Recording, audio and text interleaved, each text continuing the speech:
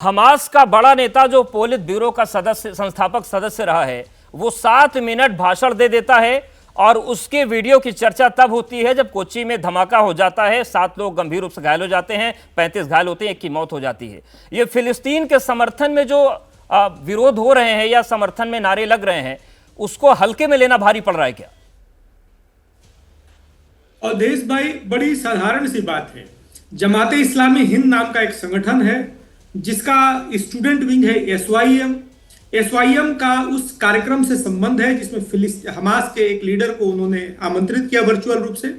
अब देखिए, एसवाईएम से की तरह ही एसआईओ एक है इनका, जमाते इस्लामी हिंद का। उसके पहले सिमी होता था, सिमी पर प्रतिबंध लग गया। सिमी भी एसवाईएम की तरह ही उनका एक विंग था। एसवाईएम यूथ विंग है, एसआईओ स्टूडेंट विंग है, उसी तरीके से सिमी था। सिमी आतंकवादी संगठन है और वो जेआईएच का स्टूडेंट विंग होता था।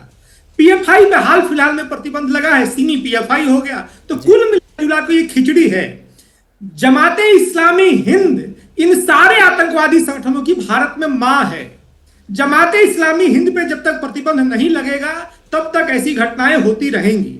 और एक बात और समझिए, ये बात कानून और गैर कानूनी बातों की करते हैं। हमारा संविधान थोड़े सॉफ्ट प्रोविजंस हैं उसमें। ऐसे संगठन उन संविधान के सॉफ्ट प्रोविजंस का इस्तेमाल करते हैं। कोई बात मतलब लीगल हो, लीगली फिट हो, तो ये जरूरी नहीं है कि वो मोरली भी अच्छा हो। ये संविधान आपको अगर ये अधिकार नहीं देता है, ठीक है, एक दायरा है जिसमें आप हमास के किसी व्यक्ति को लाकर सुन लें, आपके ऊपर कोई मुकदमा नहीं हो रहा है, लेकिन इसका मतलब ये नहीं है कि ये इमोरल नहीं है। लेकिन विनय सिंह जी, संविधान की बात तो ठीक है, आ गई, उस पर बात हो गई। लेकिन अगर हमास का नेता आकर 7 मिनट भाषण दे देता है और इस तरीके की तमाम चीजें हो जाती है और घटना का संज्ञान किसी ब्लास्ट की बात होता है, तो यह भी तो इंटेलिजेंस का बहुत बड़ा फेलियर है। इस पर भी तो देखना पड़ेगा। अवधेश भाई, हर बात को इंटेलिजेंस के मत्थे नहीं मर सकते। इस देश में 140 करोड़ लोग हैं और 140 करोड़ लोगों के पीछे आप इंटेलिजेंस अधिकारी नहीं लगा सकते।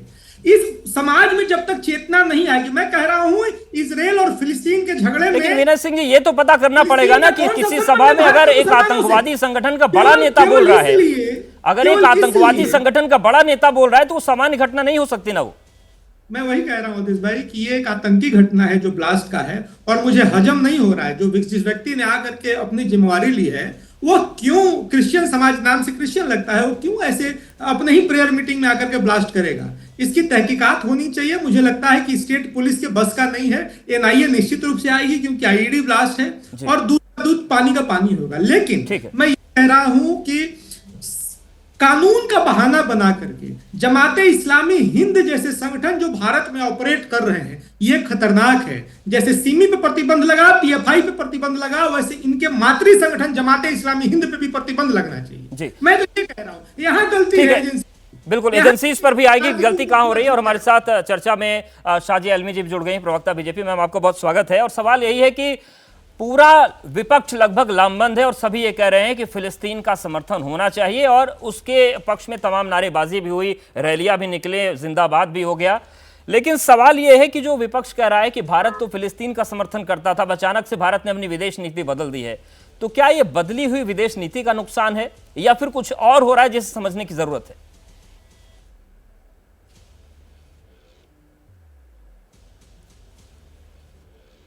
देखिए, जो भी इस तरह की बात कह रहा है आज के दौर पे भारत के संदर्भ में, भारत की फॉरेन पॉलिसी को लेकर, वो बिल्कुल गलत बयानी कर रहा है। भारत ने हमेशा 2 स्टेट सोल्यूशन की बात की है। भारत के 92 से इजराइल के साथ रिश्ते बने हैं, उससे पहले से हमारे रिश्ते रहे हैं। और जहां तक बात है महमूद अब्बास की, बाकायदा प्रधानमंत्री जी उनसे भी मिले, वो हमारे देश में भी आए। और ये पहली बार नहीं हुआ है कि हमारे रिश्ते जो हैं दोनों। मेरी आवाज आ रही है? जी, मैं सुन पा रहा हूँ आपको। हेलो जी, तो ये जो भी ये कह रहा है वो गलत बयानी है। हमारे इजराइल के साथ भी बहुत अच्छे रिश्ते रहे हैं। इजराइल ने हमारा बहुत साथ भी दिया है जब भी बात होती है इंटेल शेयरिंग की और बहुत सारी और चीजों को लेकर। सिर्फ इंटेलिजेंस शेयरिंग की बात नहीं है, चाहे हमारी ट्रेनिंग हो, चाहे हमारी इंडस्ट्री हो, चाहे हमारे एग्रीकल्चर के प्रोग्राम्स हो, इजराइल और भारत का साथ रहा है। महमूद अब्बास जी, जो कि पैलेस्टीनियन अथॉरिटी के हेड हैं, पैलेस्टीन के अभी मुखिया हैं, उन्होंने भारत की हमेशा तारीफ की है। भारत ने इस बार भी 40 करोड़ टन से ज्यादा राहत कार्य का मटेरियल, जिसमें बिल्डिंग बनाने का, अस्पताल के कामों का, जरूरी एसेंशियल सप्लाईज भेजे हैं। तो कुछ ऐसा नहीं हो रहा है। मुझे लगता है ये विपक्ष की तरफ से इस तरह की बातें करना ऐसे मौके पे, और देखिए क्या नतीजा हो रहा है उसका। ये सिर्फ और सिर्फ एक बहुत ही, ना सिर्फ गैर जिम्मेदाराना है, लेकिन ये मुझे लगता है बहुत ही शर्मनाक है कि ऐसे वक्त पे जब एक हम देख रहे हैं मिडिल ईस्ट या पश्चिम एशिया, मुझे कहना चाहिए, क्योंकि हमारे लिए वो मिडिल ईस्ट नहीं है, हमारे लिए वो पश्चिम एशिया है।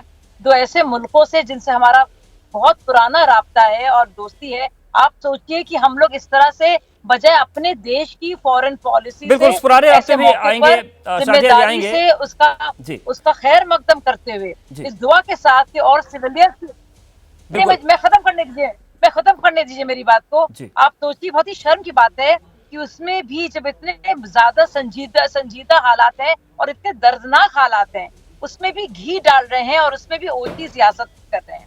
बजाय ये कहने के हमारे प्रधानमंत्री जी ने इजराइल में जब इतनी जाने गई, सिविलियन जाने गई, फौरन ट्वीट किया। जब गाजा में हमला हुआ तब भी हमारे प्रधानमंत्री जी ने बाकायदा महमूद अब्बास से बात की। जैसे ही घड़ी का काटा दोपहर 2:30 पे आए, बबीता जी का दिल सास बहू साजिश के लिए मचल जाए।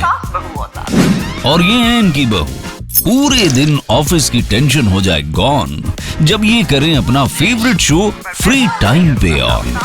इनकी तरह आप भी देखिए अपना फेवरेट शो अपने टाइम पर और डाउनलोड कीजिए एबीपी लाइव ऐप अपने स्मार्ट टीवी पर।